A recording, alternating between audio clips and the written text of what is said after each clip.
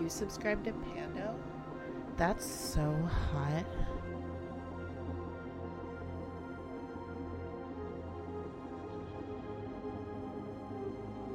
You subscribe to Pando? That's so hot.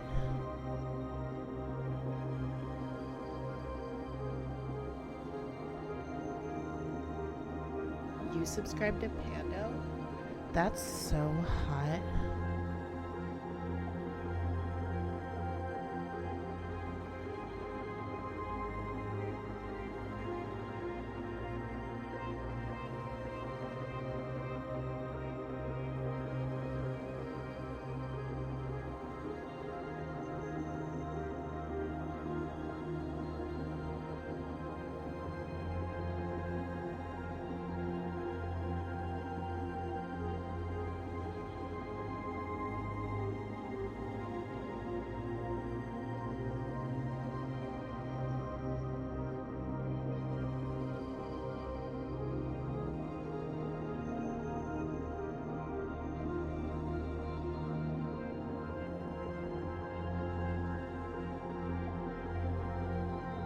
You subscribe to Pando?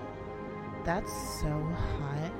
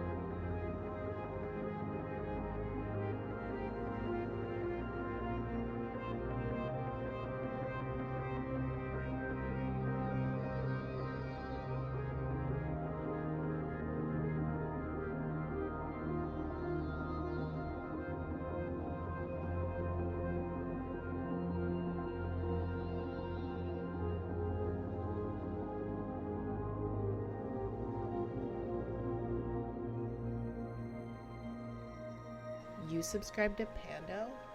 That's so hot.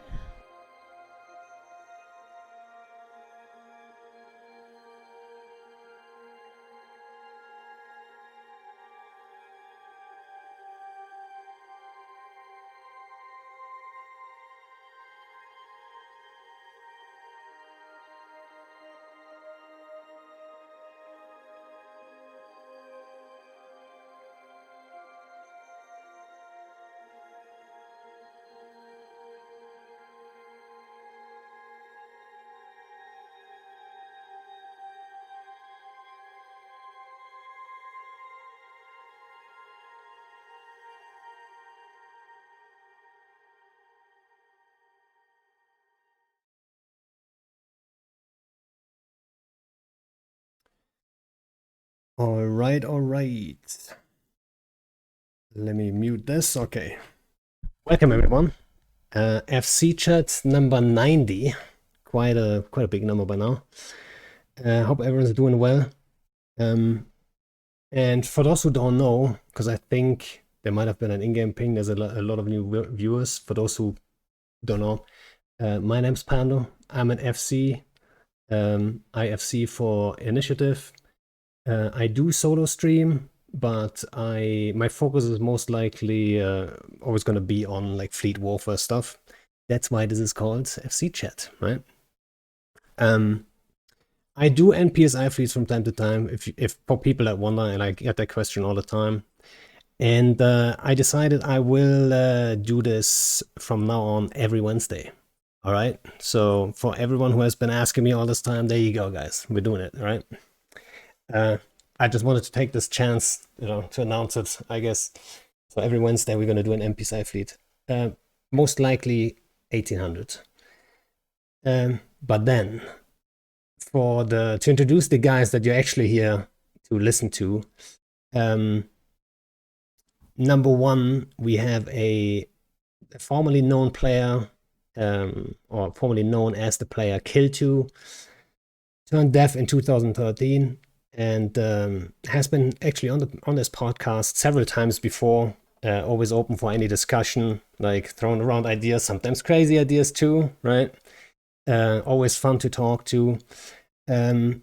I think his job at CCP, I would say, is probably focused on like the theory crafting and design, right? He does some coding, as you can see actually on the card, right? He does some, but it's like, if it comes to the idea part, it's CCP Rise. Welcome, CCP Rise. Thanks, Pando. That was the most dazzling intro, I think, of all my appearances so far. Oh, really? Maybe I need to put more really effort into it. At the end of the day, though, like if you come up with an idea, you need someone who actually, puts it into lines of code, really, right? And from what I've been told, that someone, CCP Masterplan is one of the most experienced, probably the most valuable engineer at CCP right now. That's high praise, right? I got that. Maybe someone was biased. I don't know. I researched, and that's what I got. So Rise is grinning, so maybe he doesn't agree, but I do agree. I just like the idea that we have like a ranking of value for engineers. Well, I mean, I say most valuable, most knowledgeable. You have been at CCP for 11 years, and from what I heard, like people come to you with all kinds of questions, and like just a pool of knowledge right there. Yeah, well, hi there. And I think you're just trying to flatter me to get some secrets, but it's not going to work. I can make anyone leak here, guys. That's my my superpower.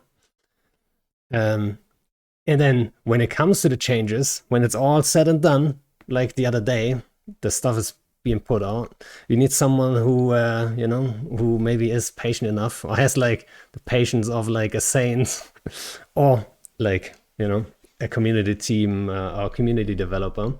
And that's where CCP Paragon comes in, part of the community team, and he has to bring us the news, kind of, and talk to us and listen to our complaints. And not that anyone ever complained here in this community, but this is a phenomenal intro. I just want to say, like, I've never seen or been on a show where this happens to you. It feels good. So just thank you as a startup.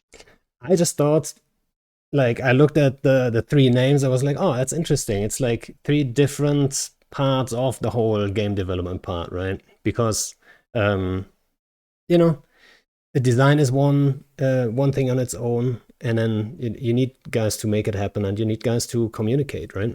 So, and it's like you guys have like the full package here, and I appreciate you guys coming on. Pleased to be here. And to start this off, one thing you guys also have in common is you all started as players, right? I wasn't aware at first, but obviously I did some research. You all started as players in like different alliances, different backgrounds too. I know, like most people will be aware, Rise started at like solo PvPing, doing videos and all that stuff. While other guys at CCP, I don't know what you guys, like Paragon Masterplan, you might just want to talk about it in a minute, what you guys have been like doing before you went to CCP. Yeah, I'm gonna shoot off first then. I started playing 2004, so like about a year after release, and for a long time I sort of had two parallel tracks. One was low-sec piracy, and then the other track was sort of market industry or sort of market investment kind of side of the game. But low-sec piracy was really my jam, for a long time. Right up until I joined CCP in 2010. All right. And then Paragon. I heard you have a good, like, you have been in it. I wasn't aware of that. Yeah. So I can't wait. They've been working a lot longer than me at CCP, so I have a little bit longer, not longer career of playing Eve, but it's colorful. But I started just 2007. I was 16 years 16 years old when I started, and for the first few couple of years, I exclusively flew a Saber. That's the only ship I flew. Someone just It's a told me, good yeah, ship. just fly. Yeah, especially back in the day where nullification didn't exist. So I would just exist in Delph when Bob was there and just ruin the day every day in my Saber. It was fantastic. But yeah, I've been in low sec, stint in wormholes, but the majority has been just in null sec in the blob fest with the rest of them. So, and then you teased me about an Innet story. What was that one about? Oh, you want me to go straight for the story? Yeah, sure. No Oh problem. man, I need to hear it. Okay, so the first nullsec alliance I ever flew was in it, and this is back in 2013. I joined a very nice corporation called Air, which is I don't know if it's still at the time. They were filled with mostly British guys, and they were all super nice, very helpful. And when I joined, Init was fighting a war against AAA in Catch, and when did you join? I don't remember. I remember I joined around the same time, the first campaign into Catch. So yeah. it must have been 2012 when I joined. It was like my first big nullsec war, and I was like been flying a Saber for a long time. We'll get there. It's a pretty long story. It was fun. It was a lot of post grinds in Nagas, and a lot of me grinding Anomalies to try to afford a TFI. But in short, the story goes that it's a sister Bliss fleet, and we're battleships. And Good old battleships. We'll talk about that, man. I was in a Saber. I'm sure you can see where this is going. I can totally see where this is going. But we were gonna warp, and the old finger slip, and I kinda bubbled us, and we kinda got bombed at the same time. So we lost our entire battleships fleet. It was like 100 battleships. And Bliss was happy as can be. He was actually like, he wasn't like super angry. He was just like Disappointed. oh no, yeah, he was super disappointed. I felt so bad. I don't know. I reimbursed it almost exclusively myself. I just here, take this money, please. Like I felt super bad. I had been in there for like 2 months or something when that happened, and I just like wiped our own battleship fleet. That was so yeah, big learning experience there. That was fun. Yeah. It was not fun, but it's fun now. That's kind of stuff, like, it happens, and people people will never forget that moment themselves. Everyone else in fleet probably forgot about it like a week after, but that one guy who has that slip and then gets everyone killed, that he's gonna have to live with that for the rest of his life. I think about it like every now and then, like for the past 9 years or something. I was just like, remember when you bubbled your battleship fleet and you got bombed? It happens all the time. And so we're talking battleships, right? Obviously, those changes that were announced that we're going to talk about, one big part is the Battleship Buff. I think maybe that's the biggest point of discussion overall. So what do you think is like the feedback looking like from the community so far? Do you think everyone's like hyped for it, or are people scared of unbreakable breakable battleships now, or what is it looking like? I mean, you would be maybe even more in tune with the reaction than us, but obviously it looks pretty hyped to me. Like, I think people just seem excited, and I think, yeah, it's pretty natural to see places where it might cause some issues, regen rattlesnakes or whatever. But I think everyone understands that, like, it's better to take some of those little risks and get some big changes than to, like, be overly nervous about them. So that's definitely how we feel. We'll see how it goes, and if there's little things to clean up, that's fine. But we're just happy to have something moving. I know people want to be in battleships, and hopefully this moves us that direction. Pretty excited about it. And before we dive like too deep into the battleship thing, like, do you think there's also maybe some change in all of these changes that might be underrated, or like is flying under the radar that people don't pay enough attention to, that might be like way bigger, more impactful? I don't know if there's anything in this package that people are like under realizing or whatever, not giving enough hype to, but there is a whole bunch of stuff that we didn't fit into this package that we want to add. Like I know people want hack nerfs, and we really want like more battleship. A lot of the battleship issues have to do with not just like pure HP, they have to do with mobility and tools to get off grid when things go wrong and stuff like this. And we have lots of hopes in those areas as well. And this is just like a step we can take immediately, and that's really positive, but we want to keep adding to it. And also, I don't know if it's it might be literally under the radar, because I'm not sure if people have seen it yet, but something we caught that's fun is adding structure, to the plate and extender roll bonus on battleships. We're going to also add a bulkhead bonus, so that structure tanking is also quite a bit better than it was, which is also pretty fun. Some nasty uses for that. Yeah, mm-hmm. I wonder what the HP is on some holes.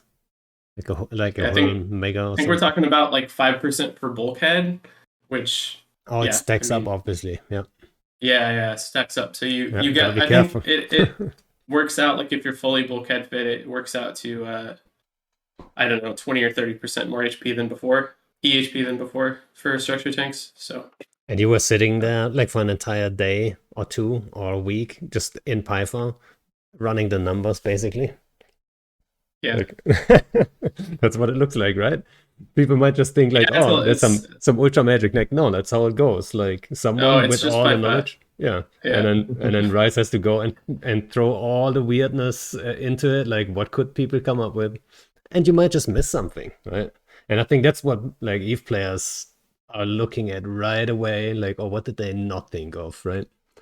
Yeah, but that's I've actually, over time I spend less energy trying to think of we can't think of everything, and if the general direction is positive, I don't think that searching for some edge case is worth bringing down the whole package. We can usually deal with those on an individual basis once they pop up. So, and if those cases are not like super exploity, then being the first person to discover those is quite a good thing, right? Mm-hmm. Yeah. Reward innovators. Exactly. Pushing the meta, right? Like if you are early, like an early adapter to any meta, I mean, you could make that like assumption or like that connection like in real life too, right? If you're the early adapter, you can profit way more, right? And that's why people are trying to be fast. And usually, I mean, the meta, like people come up with stuff quickly, but usually the meta develops over a long period of time, actually, right? You've seen that with bushes, you've seen that with all kinds of stuff. It takes a year or two where people are like, this is how it works, and that's how it like works best, right? And what to learn. Really interesting here is like the entire line of battleships is getting the exact same trait bonus. It's not like Munins getting an extra mid slot or like this specific like the possibilities. Like it's a way bigger pool to work with, like, and try to figure stuff out. Absolutely, Burger or Paragon, right? Sorry. I think whenever we have like a kind of cross-sectional change that hits a whole bunch of things, and you got to figure out who benefits most, it's like that's where we get the best opportunities for innovation and to reward people for exploring and figuring something out. So the more of that we can do, the better. And you know what? from an FC perspective, like if the meta changes really to everyone trying to bring battleships, you already talked about the mobility issue, right? You can only get them so far. You can't squeeze too many to a wormhole and all that stuff. But if the meta would change towards battleships at some point, I'm not sure if this is quite gonna do it for every fight, but for some fights, people will try to bring battleships. It's also, people are not too used to flying battleships anymore. Honestly, in nullsec, most FCs, most big groups, they're flying one thing and one thing only for the last 3-4 years, right?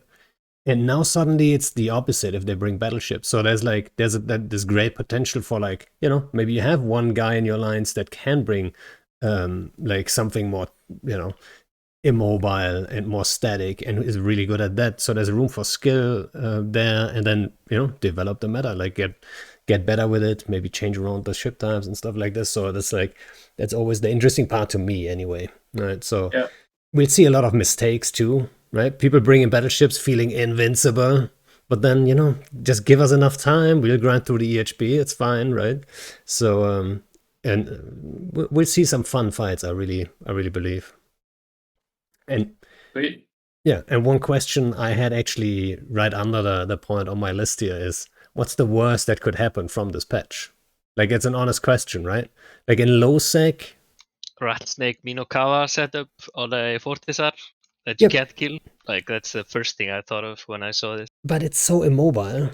There's ways around it again, Yeah, right? but if you don't have the tools to deal with it, it's just It's tough. like, it's really tough. Yeah. Same for the Ravens, right? The typical structure defend Ravens, right? Chunky, like EHP fit with a fax in the middle, and then you know, try kill our Fortizar while we're shooting at you with like 1,000 DPS each. Not easy to deal with, but I still believe there are ways around each of these problems, right? And like I said, the meta will have, like, it will take some time. It's not going to be on day one, and we'll see how it goes, right? It's going to be interesting. And then again, like, worst case, I actually put a note there saying a stalemate kind of fight where there's two battleship fleets and nobody's killing each other. And I'm like, is it that bad?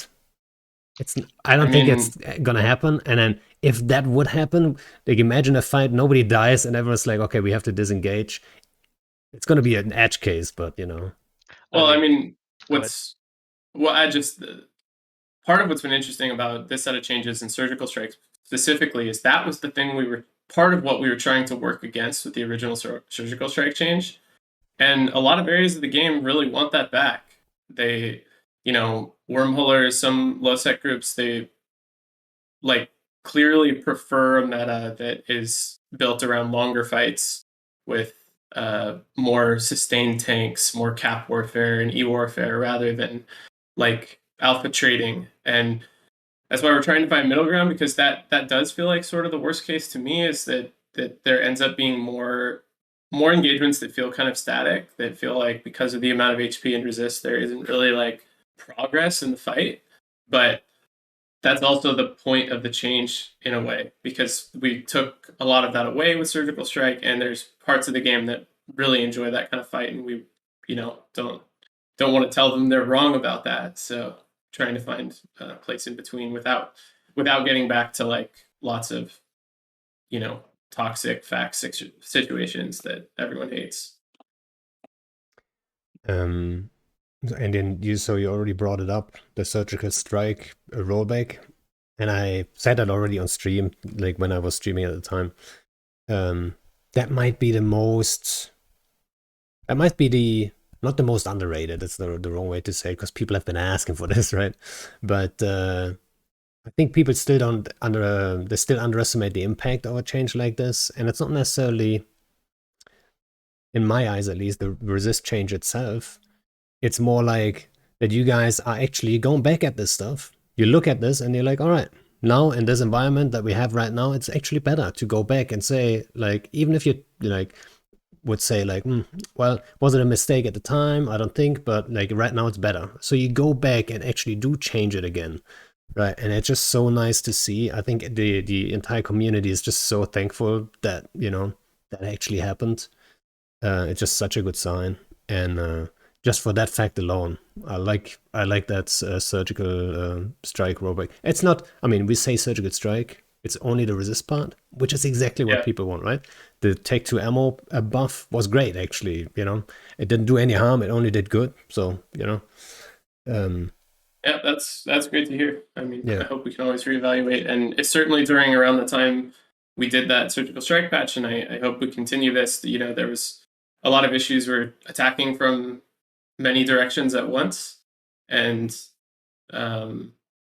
when we're doing that, I think it's pretty easy to overdo it, and then if several of those changes work out to be really potent and affect things a lot, then later on maybe pieces then need to be changed or reevaluated. So I'm glad we're getting a chance to, and hopefully this kind of finds a healthy feeling middle ground. And like you say, super happy with the Tech 2 ammo change. Don't think we'll be changing that. And actually, I mean, like people were memeing us about at the time, I think we need to look for more effective brawling stuff.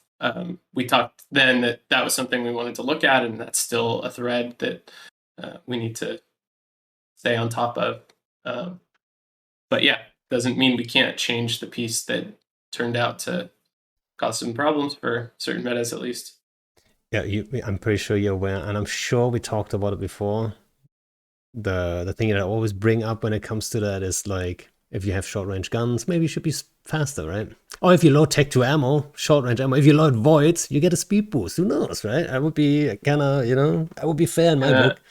I start keeping a timer on mass until long-range guns, every time I come on the show. Yeah, well, I always kept saying mass, but obviously it's a speed penalty or speed boost. Yeah. Mass itself is not gonna just to be precise, right?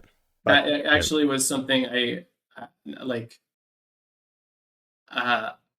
almost brought that into there's so much that, I mean, the structure stuff is big, and it's actually more of the focus of conversation for the last month or whatever for us, rather than the ship stuff. But which is partly why we limited the ship stuff to the amount that we did. But the having some kind of speed change or whatever, something along the lines of what you're talking about here, was definitely on the table to be looked at, and maybe we come back to that post FanFest after we get the structure stuff out. I mean, we've talked a few times about going deeper into those mechanics, right? About warp acceleration thresholds and those kind of things. They take a bit more work than some of the other stuff that we're doing, so we've put those off for now. But there's a whole area of design space that we haven't explored there that would be really interesting to look at. So, having battleships that can warp around short spaces easier than they can long ranges, perhaps. There's maybe a way to have your niche mobility.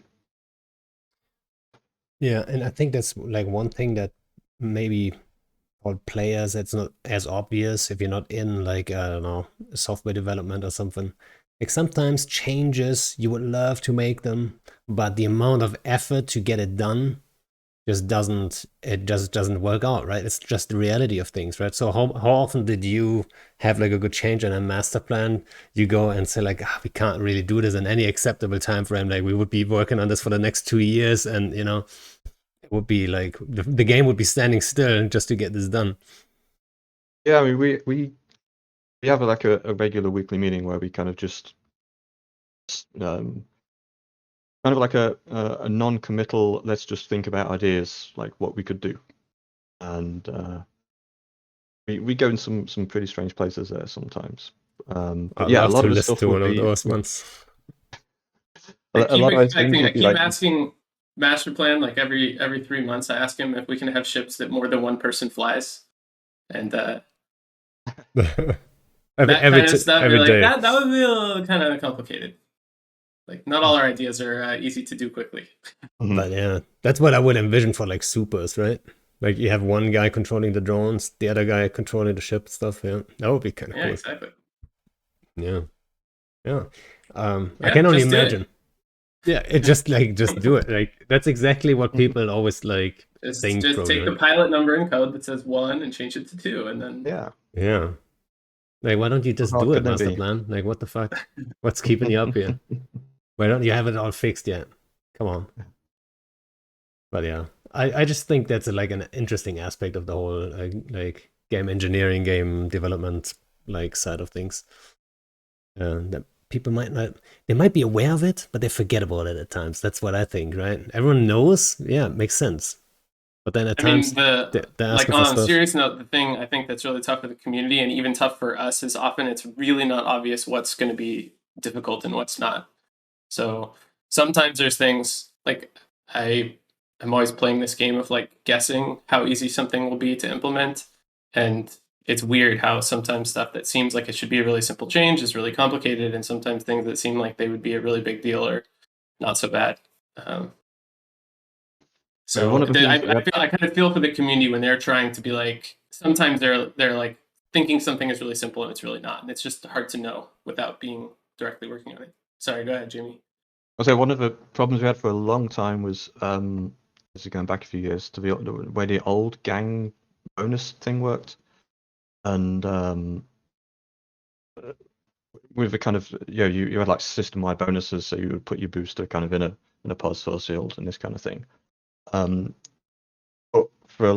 so what we ended up doing was what became like the buff system that you have now, right? Where the burst fires and it gives you these buffs that are then kind of sticky, but then they live independent of the ship that gave you the buff. And that was a blocker for a lot of different ideas that we just couldn't do because of the way it worked. But once we got the basics of those systems in, now we have things like web bombs that give you speed debuffs for that hang around for a while, or just AoE things that do these kind of things. And like a lot of the ideas, we kind of store up a whole bunch of ideas until we get the one little tech breakthrough, which suddenly unlocks a whole series of these things.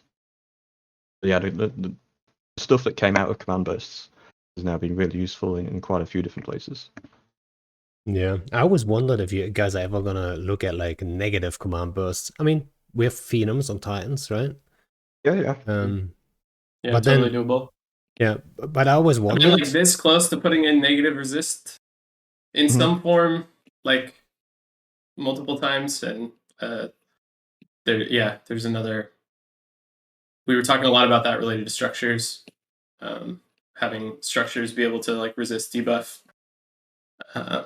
rather than do damage directly, so that they incentivize support fleets rather than killing things on their own. Yeah, I think that could be a really interesting first application for that. No, I think like if it's like a specific resist, it might just be. I mean, then everyone on grid would have to get it, right? So it's like or everyone in the AE if it's a bomb, or everybody, or if it's just single target. I mean, you could do it however. Yeah. I think, I mean, it's an interesting thought to throw around. There's obviously like issues with it, right? And then you would have to figure out like how exploitable is it, and then are the big fleets always going to profit more from it? Most likely, right? That's just how it is sometimes. Whatever change you do for the small guys, the big guys will profit from it even more probably. Yeah. So it's tough.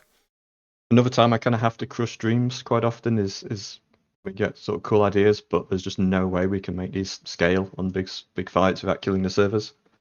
Line of sight is one that comes up pretty much every year. Yeah, I mean that would be insane. I can only imagine. On a 5v5, why not ray tracing, guys? It's out there. Yeah, the technology is there. People have no idea. Like that's not as easy as it looks, right? You can render stuff with ray tracing quick. We just download the install for ray tracing and we just put it in the game. It's that easy. Yeah, just trace the rays. Like what? Easy. But, yeah. So another change on the list, on the long list on this one is the crab beacons. So you change these because I'm gonna assume right now because they weren't as popular as you would want them to see, or like they're just. I mean, we were a little defensive with like the reward schedule. I mean, hopefully they feel rewarding, but without having even a ballpark for how much activity we would expect, we didn't want to go too hard, and we got a bit of a ceiling on that with the the energy system, the frequency stuff, limits on systems. Like there is some ceiling on how much faucet there would be, which is good, but we just feel like there's room to add more because activity's good. It's generating capital kills. There's people using it for sure. It's kind of hung in the 150 to 200 runs a day range for most of the time since it was out. I think we'd be really excited if it was more like 500 runs ish per day. So we're just tweaking some of that. And also partly the reason for this is that we misjudged the price on the beacon itself, which cuts into the per run profit a lot. We were actually hoping to have that at 30 mil, 35 mil per beacon, and it's ended up at 70. And so that's kind of just a correction, which reminds me, actually, we turned down the LP cost, but we need to maybe turn down the material some too, just to get that cost a bit lower, because it's just activity we want, especially because the mechanics have worked out fairly well. There hasn't been any there was a lot of worry, or not worry, but people wondering if there's going to be some way to do it in complete safety or whatever, some degenerate thing would happen because some people found an exploit at some point. I mean, it's not like it's perfect, but it's not causing some big problems. It's just an easy opportunity for us to juice it up a bit more and hope that leads to more capital kills and more people putting caps in space. So it feels like an easy win. We don't have any risk from an economic perspective doing that. So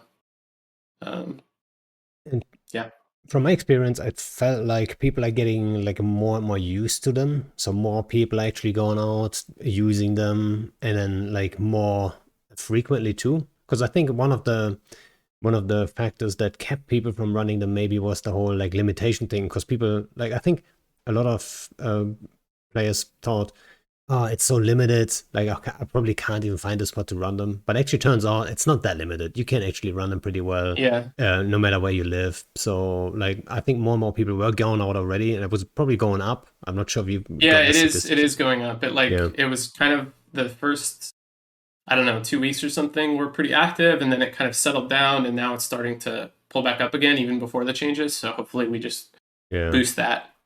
Yeah, that's what it seemed like to me too. Just from Co-op Alliance, Intel, I guess. I could tell. Yeah. But then, so there's this BPC change, and I'm pretty sure you guys aren't involved with the whole BPC material prices and all that stuff. But it plays a role when it comes to the crab beacon too, right? Because obviously, if dreads get cheaper, and I'm we'll have to wait what it actually looks like. But if dreads get cheaper, then it's way cheaper to run the crab sites effectively, and so on. So it all plays a little bit together. So it might just tenfold the activity with those beacons. Right? Yeah, which is fine because we have the sort of safety valve of the system frequency stuff to keep it from getting super out of control. But that's another thing that affected the initial kind of estimates is we actually set up the guessing at crab activity before dread prices got as high as they are, and of course that affects how much people need to get in rewards back to justify putting the ship on the field. So as those blueprints change, we'll have to watch it. That'll definitely have an impact. And so that was one of the big questions when you guys first came out with the crab beacons, was why don't you just make a new site, a Capital Haven thing, right? Or Sanctum or whatever. And that's exactly the reason, right? So you can adjust it just I mean, this is definitely kind of a rabbit hole, but I think we've been blocked a lot without realizing it on kind of the difficulty of, we've always done things that direct, well, not always, but a lot of the time we've thought in the direction of how do we make content that incentivizes a certain chip use? If you look at FOBs and kind of that whole ecosystem, it's kind of that approach. How do we make some content that's going to get people to put the thing on the field we want? And I think that's really tough, and we've struggled with it. And also it's expensive. It takes a lot of testing. It takes a lot of pretty detailed work to pull that off. We have some cool tools for it, but the like exciting thing for me about the crab stuff was we can set up our deployable structure implementation is so flexible that we can set up whatever rules we want, put those at the front of the design, and just say the condition we want is for you to put a capital at risk for a couple minutes before you unlock this income. Do that through the deployable, and then the content itself doesn't have to meet much specific criteria. And then if you want to run it with battleships or you want to run it with your super or whatever, we don't care. And that just like made it really easy to get that done. And actually expanding on it would be even easier if we wanted to have a mini crab for battleships to run or a super crab for just There you Titans go, to run. confirmed, guys. Mini crabs We coming. could do that, an Ishtar one, so people don't have to switch their ships at all when they switch over from we could do any of that really quickly, and that felt very freeing compared to having to do like a deep anomaly rework. Although we're still also looking at a deep anomaly rework, so maybe we'll just end up with both and kind of see which one feels best. But yeah. And there's kind of a place for both, right? Because the anomalies are have interesting terrain. There's a lot of work goes into the visuals as well as those. They're a bit more almost storytelling, some of them, but they're also more stable in the way that they repeat. Whereas the crab is more on demand. Like, I want to generate content here, and you choose where and when to generate that content. And so both of them have spaces that are interesting. Right. Yeah, pros and cons for both. Yeah. Another thing on the list is compression changes. I'm not sure if you guys have anything to do with these, but Masterplan is the man. All right, compression has been my Masterplan. life for the past month. Yes. So, what do you hope to achieve with the compression stuff? I think for me, it's just another option of trade-offs now that people are going to make. So, the mining crystals are probably a good example. In that previously you had your choice was, do you want low yield or do you want high yield? Well, I'm just going to go high yield, because why not? And then with the crystal changes now, you've got you've got better yield per time, or you've got better yield per asteroid, or you've got quicker site clearance. But you've got to pick two at the expense of one. So now it's not just a straight, well, this is always better.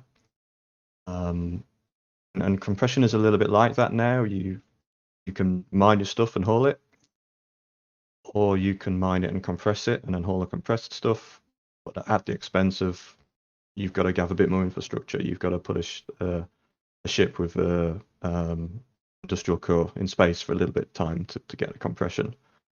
But it means you have to spend less time doing your hauling. So it's all about trade-offs and choices. And anytime you force people to make those choices, that's when interesting things start to happen. Yeah. So will we see more rockers in space? I'm asking for a friend, What do you think? More rockers out in space, sieged, giving the compression to everyone, and as a result, dying. Then, yeah. I mean, more of them in space doing things like that is great, because that's a kind of a non-infinite scaling use for them, right?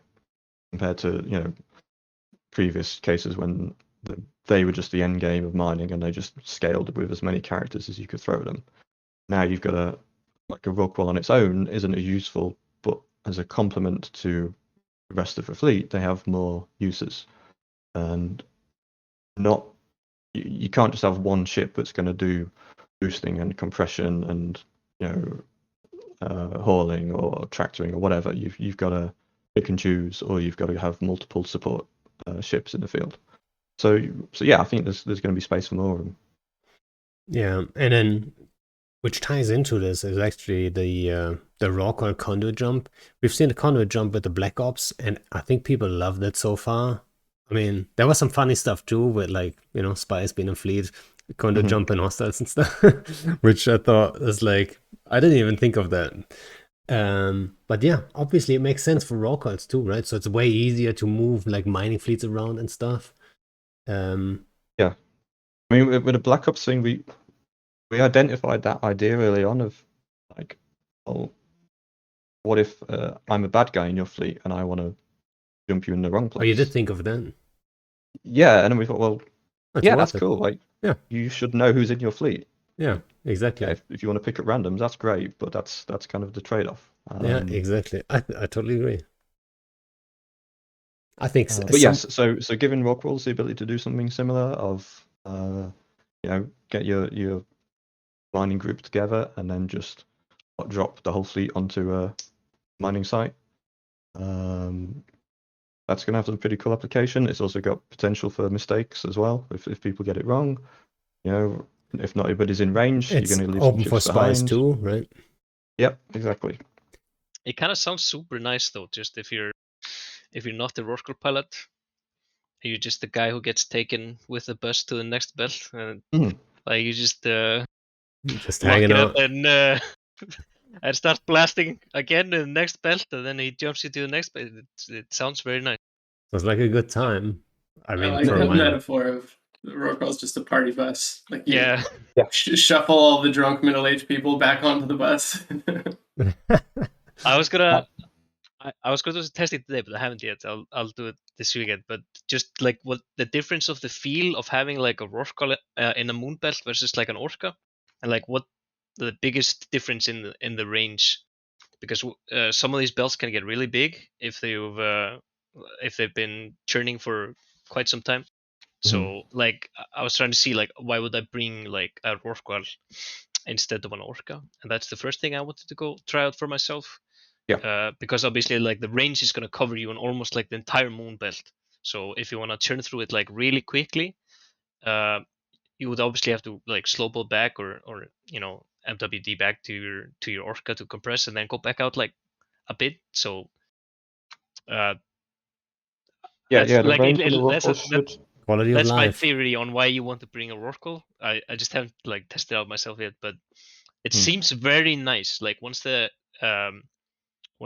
jump is in, it's gonna be like this super luxury mining experience that the Rorqual is gonna bring. Orca still they can compress moon ore and all that stuff, but you have to do a little bit more work. But you have to pay way less. So I haven't tested out, but I really want to see if I could just choices. Yeah. But probably like actually shout out to the CSM on this, because when we proposed all of this stuff, I don't know, like a month ago, 3 weeks, whenever it was. And the range was actually something I identified, because I think we had the ranges about half what they are now for the compression stuff. And they were the ones that kind of called out, you should probably try to match the compression ranges to roughly the mining burst kind of ranges, because it just makes more sense if you're boosting your miners to mine, but then they can't compress because they have to keep coming back in. So that's one of the sort of things where we bring this feedback to this, or we bring these ideas to the CSM early. They kind of give us some good feedback and ideas on that stuff. Yeah, you guys work like super closely with the CSM in general, right? I think Rice, you told me in the past like you don't think you could do your job without the CSM, which was kind of eye-opening. I mean, I kind of know it would be a lot different. Yeah. I rely on them a lot. Actually, I don't know if this ends up being a bit of a segue, but for this round of changes, especially the structured stuff, you will know I have spoken with not just the CSM, but started having the CSM arrange talks with FCs and kind of experts around the game to even extend that net, sort of. And I had a ton of good talks with folks like you and some low-sec folks and lots of null FCs, and like starting to not only rely on the CSM, but rely on them to organize experts and information from other parts of the community when we need it, which is, super, I mean, it's invaluable. And I think the CSM has gotten increasingly kind of sophisticated in how they present information to us and look at things we're working on. So, yeah, I mean, I would hope that we could still do our job without them, but they're doing a lot of work to try and So- improve everything we're working on. This is completely off topic then, but the CSM terms are limited, right? And then next year, I believe at least 3 or 4 of the current CSM guys are gonna have to drop out. And so a lot of the knowledge how the CSM works right now is gonna maybe be lost, right? So do you think, like, is that maybe not such a smart idea? And then we lose, the smoothness, like the efficiency of how they work? From my perspective, it's really positive, actually, because there's nothing about them being not on the CSM officially. Like, that doesn't change anything about my access to them. They're still okay. NDA'd, and I can keep, like, for instance, Sutonio wasn't on the CSM for a long period, but that doesn't mean that I can't, ask him for feedback or whatever, and I have all the connections to him. He won't see as much that's going on, and he might not, he won't have as much information to, like, come to me and be like, hey, I noticed that things happening. I have to actually kind of instigate that. But the term limit, for one, I think keeps the CSM, like, forces the CSM to kind of evaluate its mode of working rather than settle into something that will just sort of stay the same. And it also forces the CSM network to expand, which is good because keeps us from only talking to the same 8 players over 6 years or something like that. Puts more people in the seat that we can then have a relationship with for as long as it's helpful, regardless of whether or not they're still on the actual voted council. So to me, it just seems positive, but of course we'll see. It's kind of new. Yeah, because once they've sort of seen how things work behind the scenes, like you say, that they then have a better understanding, even if they're not being fed the latest information. They're still, and there's still a few of the older ones as well that I sometimes kind of keep up to date with, and they're still in a position to give us feedback in the most useful way for us because they know how we work. Yeah, and you just said at Citadels, man. Obviously, we're not going to dive deep on Citadels, but you hinted towards some stuff, like, can you tell us something? Like, what's coming? How are you guys willing to go, is my question. I mean, pretty far. I don't think we won't be able to do everything we want to, like, in the first pass. I mean, we've been working on Citadels for years and years, and we did a lot of stuff, related to time zone tanking and some of the issues around that. I think this is a continuation in a way, but we're in a stance right now where we're looking to go pretty hard on a lot of the basics, like, how many timers should you have to fight over which size of structures? Are damage caps serving a purpose in every situation? What kind of power should structures have? Can we just delete bomb launchers and PDS? Like, this kind of stuff is all up for grabs, and I think we'll hopefully have we wanted to break up the compression and balance stuff from the structure stuff, so we get more focused discussion on that, because it's all pretty important and deserves, like, its own space for talking about and getting out. But it's coming quick, so I hope we'll have a blog kind of going over all of that in the next 2 weeks, something in that range. No promises, but we want to get it kind of I got you, Burger.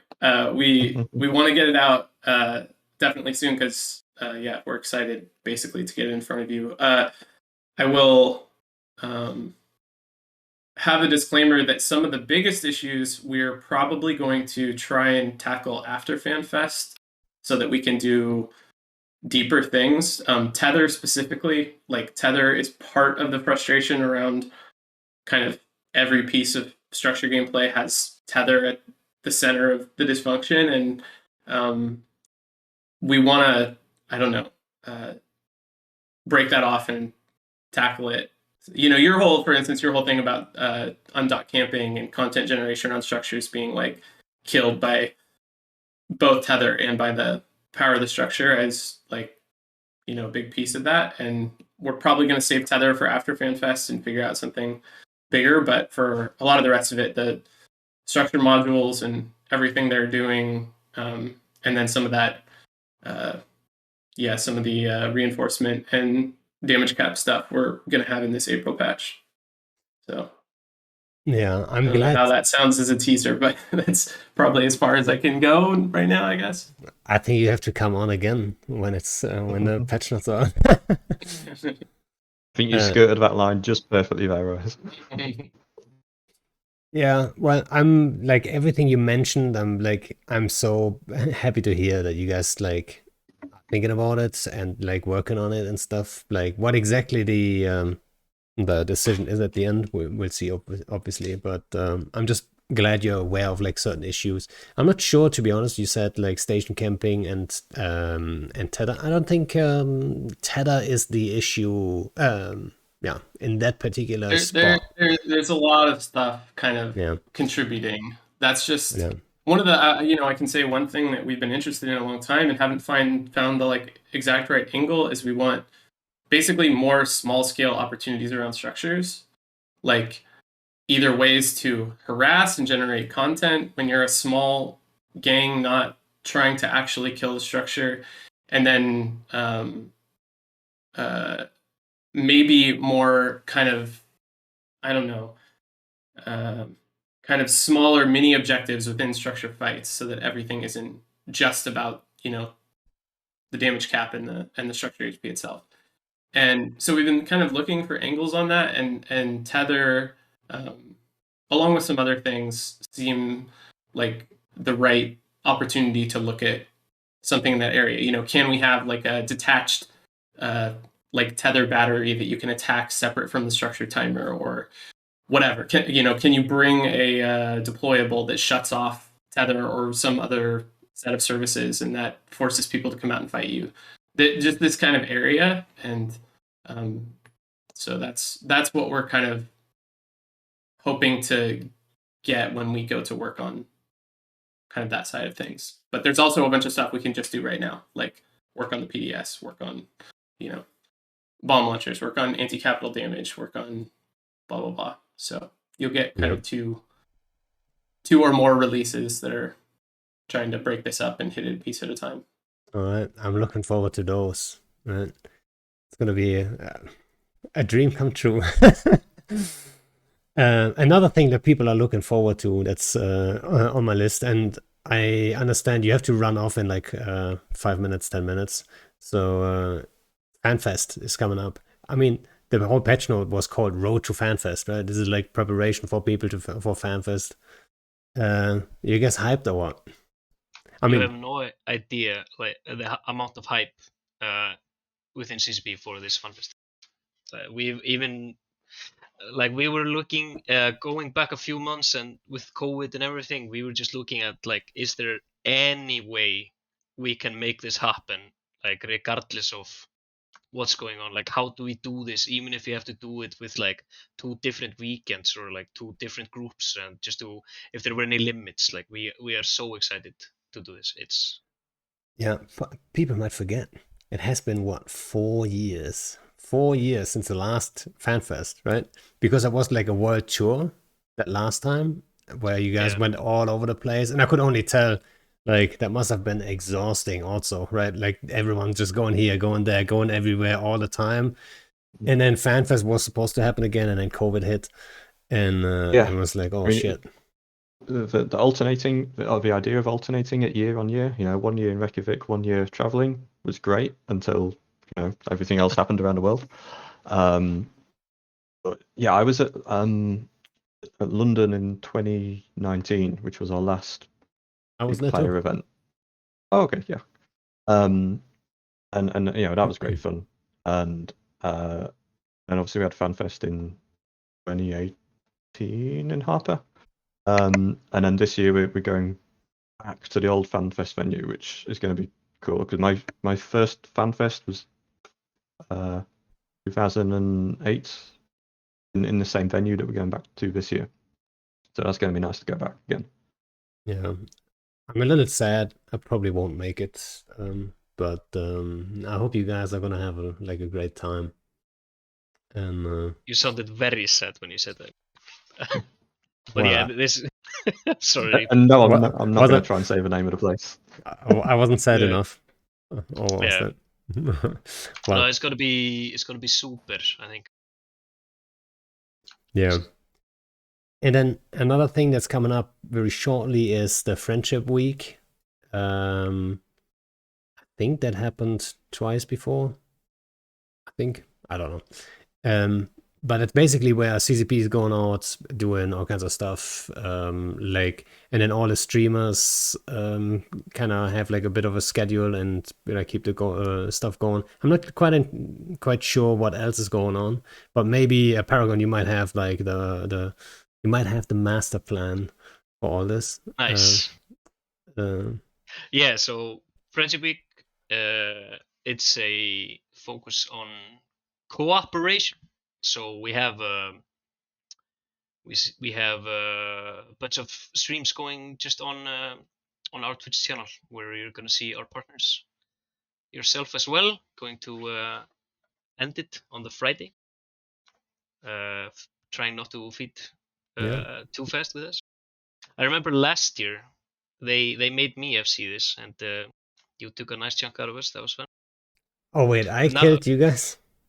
I think it was you. You should have. Yeah, we were in like nightmares, and it was fun. I don't But remember. now we have someone who's less rusty, more competent. It's gonna be a blast.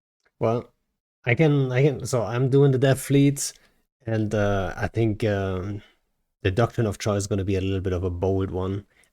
The only hint I'm going to say, I wish the patch, like the Battleship Buff, would be like a week earlier, because I think it's probably going to come out on the 8th. I would like it to have to be out on the 1st, but hey, can't have it all. If we can make it work on the 1st, though, people are gonna see, holy shit, maybe remote rep battleships is gonna be the Dream. meta coming forward. No more mutants, everyone's gonna fly remote rep battleships. How about that?